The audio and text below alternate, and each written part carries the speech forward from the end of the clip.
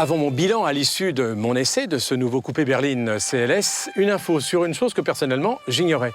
Saviez-vous en effet que pas moins d'une quarantaine d'antennes d'universités américaines, et parmi les plus prestigieuses, Harvard, Stanford, New York, Washington, sont installées ici à destination des étudiants américains qui veulent y apprendre, chacun sachant que Florence en est la capitale mondiale, les arts graphiques, la peinture, la sculpture et la musique. Comme Maria, cette jeune étudiante française, installée depuis quelques années ici, dans ce palais, où l'on apprend le métier de concertiste, soliste ou en orchestre.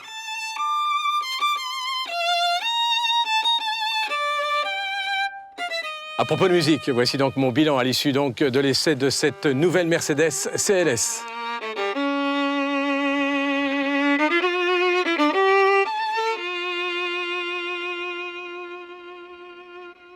Si la première génération de ce CLS a été un succès international, cette génération 2010, en principe, ne devrait pas avoir de soucis à se faire quant au fait de trouver de nouveaux acquéreurs, voire de capitaliser sur les anciens, tant l'un et l'autre modèle sont foncièrement différents.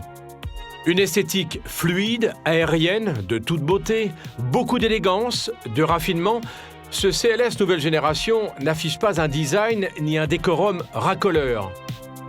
Confortable, très confortable, agréable en de nombreuses circonstances, handicapé tout de même en ville par son gabarit.